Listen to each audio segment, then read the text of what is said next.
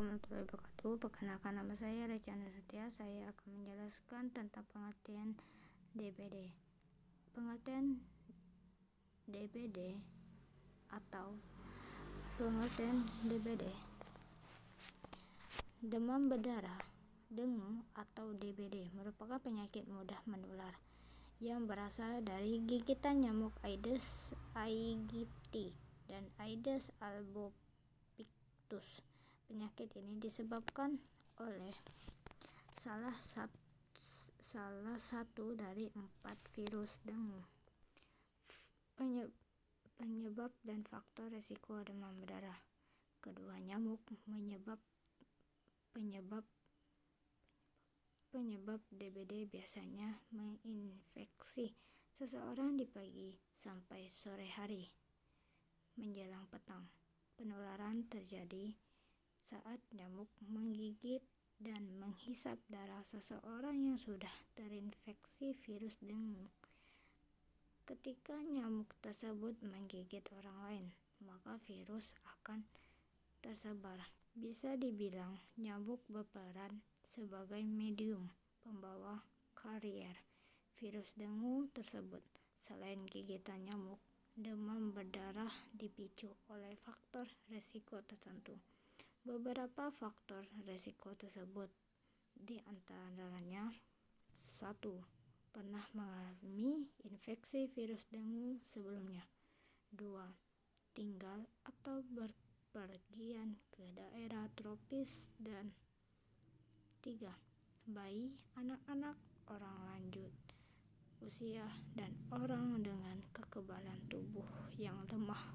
Gejala demam berdarah. Umumnya gejala demam berdarah bersifat ringan dan muncul 4-7 hari sejak gigitan nyamuk dan dapat berlangsung selama 10 hari. Gejala biasanya menyerupai penyakit flu dan bisa saja berkembang menjadi semakin parah jika telat ditangani. Beberapa gejala dengan demam berdarah yaitu: 1. Demam tinggi mencapai 40 derajat Celcius. 2. Nyeri kepala berat. 3. Nyeri pada sendi, otot, dan tulang. 4. Nyeri pada bagian belakang mata. 5. Nafsu makan menurun. 6. Mual dan muntah. 7. Pembengkakan kelenjar getah bening. 8. Ruam kemerahan sekitar 2-5 hari setelah demam berdarah. 9. Kerusakan pada pembuluh darah dan getah bening. 10. Perdarahan dari hidung, gusi, atau di bawah kulit. Diagnosis demam berdarah. Jika sejumlah gejala yang telah disebutkan muncul, langkah diagnosis dilakukan dengan pemeriksaan fisik dan wawancara medis yang diikuti dengan pemeriksaan penunjang. Pemeriksaan penunjang dilakukan dengan memeriksa sampel darah di laboratorium. Sebelum penyakit berkembang semakin parah, diskusi dengan dokter saat mengalami gejala ringan. Komplikasi demam berdarah. Komplikasi yang membahayakan bisa saja terjadi saat demam berdarah terlambat untuk ditangani. Berikut ini beberapa gejala parah yang menandakan jika demam berdarah sudah masuk dalam intensitas berbahaya. 1. Tanda perdarahan seperti mimisan, gusi berdarah, perdarahan di bawah kulit, muntah hitam, batuk darah, maupun buang air besar dengan feses kehitaman. 2.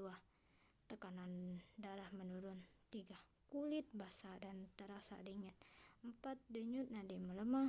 5. Frekuensi buang air kecil menurun dan jumlah urin yang keluar sedikit. 6. Mulut kering. 7. Sesak napas atau pola napas tidak beraturan.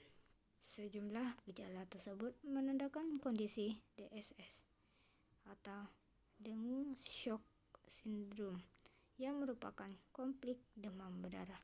Jika tidak segera dilakukan penanganan, maka gangguan fungsi organ tubuh yang berujung pada kematian bisa saja terjadi. Pengobatan demam berdarah.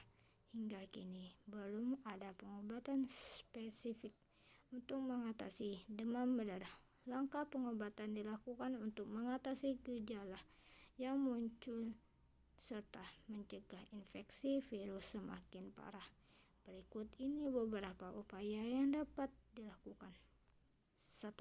Cegah dehidrasi dengan banyak minum air putih. 2. Mencukupi waktu istirahat. 3. Konsumsi obat penurun panas yang relatif aman dan dianjurkan dokter. 4.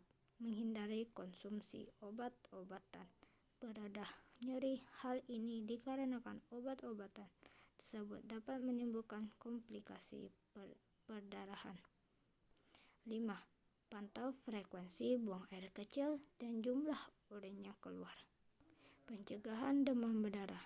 Terdapat berbagai upaya yang dapat dilakukan untuk mencegah demam berdarah, yaitu 1. Anak usia 9-16 tahun seharusnya divaksinasi dengan sebanyak 3 kali dengan jarak 6 bulan. 2. Memberantas sarang nyamuk yang dilakukan dalam 2 kali pengasapan insektisida atau fogging dengan jarak 1 minggu. 3. Menguras tempat penampungan air seperti bak mandi minimal setiap minggu. 4. Menutup rapat tempat penampungan air. 5. Melakukan daur ulang barang yang berpotensi menjadi tempat. 6. Mengatur cahaya yang cukup di dalam rumah. 7. Memasang kawat anti nyamuk di ventilasi rumah. 8. Menaburkan bubuk larvasida atau abet pada penampungan air yang sulit dikurasi. 9. Menggunakan kelambu saat tidur. 10. Menanam tumbuhan mengusir nyamuk. 11. Menghentikan kebiasaan menggantung pakaian. 12. Menghindari wilayah daerah yang rentan terjadi infeksi. 13. Mengenakan pakaian yang longgar. 14. Menggunakan krim anti nyamuk yang mengandung N-diethylmetatolumid atau DIT. Tapi jangan gunakan DIT pada anak di bawah 2 tahun. Sekian dari video dari saya. Wabillahi taufiq wa hidayah. Assalamualaikum warahmatullahi wabarakatuh.